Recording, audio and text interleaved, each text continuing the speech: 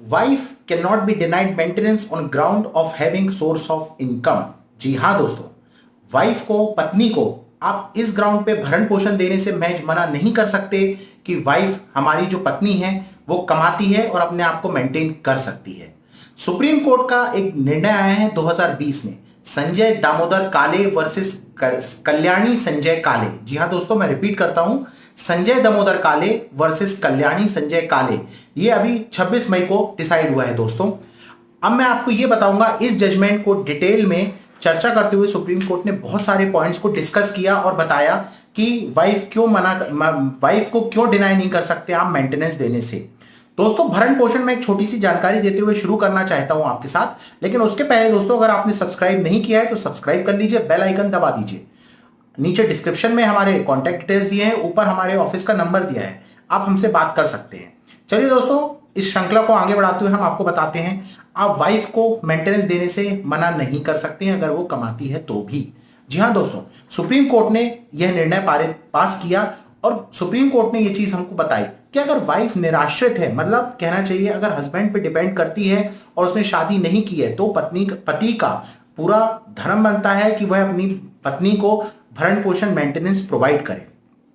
एक पति किन किन लोगों को मेंटेनेंस दे सकता है, हमने पुराने वीडियोस में भी डिस्कस किया था। मैंने आपको बताया था कि अपनी वाइफ को, बच्चों को और अपने बुजुर्ग माता पिता को, जो हस्बैंड होगा वो उसको मेंटेन करने की उसकी लायबिलिटी बनती है।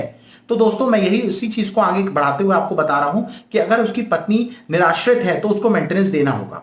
अब दोस्तों, इसमें कुछ क्लॉजेस ऐसे भी होते हैं कि पति पत्नी के बीच तलाक फाइल हुआ और कॉम्प्रोमाइज करने पे एक एप्लीकेशन लगा देते हैं और बोलते हैं हमने एक एग्रीमेंट बना लिया और एक क्लॉज लिख दिया उसमें कि हम मेंटेनेंस क्लेम नहीं करेंगे। तो दोस्तों, सुप्रीम कोर्ट ने इस जजमेंट में स्पेसिफिकली यह चीज को डिस्क्राइब किया और बताया कि नहीं, अगर आपने एग्रीमेंट बना लिया है, उसमें क्लॉज डाल दिया है कि हम आपको मेंटेनेंस नहीं देंगे, तो यह वॉइड है, मतलब शून्य है। यह एग्रीमेंट में यह पॉइंट नहीं माना जाएगा।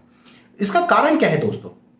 इसका कारण दोस्तों यह है कि वाइफ का, पत्नी का राइट होता है कि वो, उसको वही समानता का हक वही मिले, उसको अपने पति के घर पे भी वही स्टेटस मिले जो कि शादी से पहले जो वो अपने माता पिता के घर में रहती थी, इंजॉय करती थी, वही दर्जा उसको एज अ डॉटर जो मिलता था वो एज अ वाइफ उसको मिले।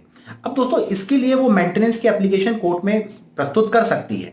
अगर मान लीजिए दोस्तों उसने मेंटेनेंस की एप्लीकेशन कोर्ट में प्रस्तुत करी है, तो कोर्ट का ये फर्ज बनता है कि उसको मंथली मेंटेनेंस अलॉट करे। लेकिन इसको अलॉट करने के वक्त, इसको देते वक्त कोर्ट कुछ चीजें ध्यान में रखता है। जैसे कोर्ट का ये पूरा विवेक अधिकार होता है, वो एविडेंसेस को, जो सबूत पेश किए गए हैं वो देखता है, पत्नी की इनकम देखता है, पति कितना कमा रहा है, सरकारी नौकरी में है या प्राइवेट नौकरी में है, उस दर्जे के हिसाब से वो डिसाइड करता है कि उसकी सैलरी का कितना प्रतिशत है जो उसकी पत्नी के पास जाएगा। उसके बाद दोस्तों, एक बात होती है मेंटेनेंस की, जिसे हम भरण पोषण कहते हैं। दूसरा जिसे मैंने डिस्कस किया था होती है एलिमनी की, जिसे हम कहते हैं एक मुश्त राशि। मेंटेनेंस में और एलिमनी में ये डिफरेंस है दोस्तों कि मेंटेनेंस का मतलब ये होता है महीने दर महीने आपको कुछ रकम दी जाती है जिसको आप अपने ऊपर इस्तेमाल कर सकते हैं, और एलिमनी मतलब एक मुश्त राशि होती है जो आप इकट्ठा कोर्ट से एप्लीकेशन देकर प्राप्त कर सकते हैं। एलिमनी प्राप्त करने के लिए दोस्तों वही प्रोसीजर है जो मेंटेनेंस पाने के लिए है, आपको कोर्ट के समक्ष एक आवेदन प्रस्तुत करना पड़ता है। अब दोस्तों मैं बात करूं, अगर एलिमनी की डिमांड की गई है तो उसमें दो कैटेगरी में अपन डिवाइड करते हैं। अगर मान लीजिए सहमति है या सहमति नहीं है। अब दोस्तों मैं आपको स्पष्ट बता दूं, अगर तलाक हो रहा है और एलिमनी की डिमांड की गई है तो चाहे सहमति हो चाहे ना हो, आपको वह पे करना ही पड़ेगा।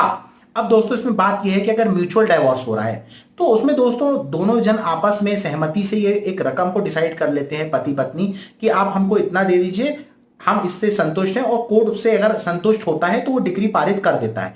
लेकिन दोस्तों अगर कंटेस्टेड डाइवोर्स है तो उसमें दोस्तों पति और पत्नी को एप्लीकेशन लगानी पड़ती है और अपने डिस्प्यूट्स को सेटल करना पड़ता है आपस में। जब वो एक राशि पर आकर निर्णय लेके संतुष्ट होके रुक जाते हैं, तब उनके पक्ष में वो डिक्री पारित हो जाती है।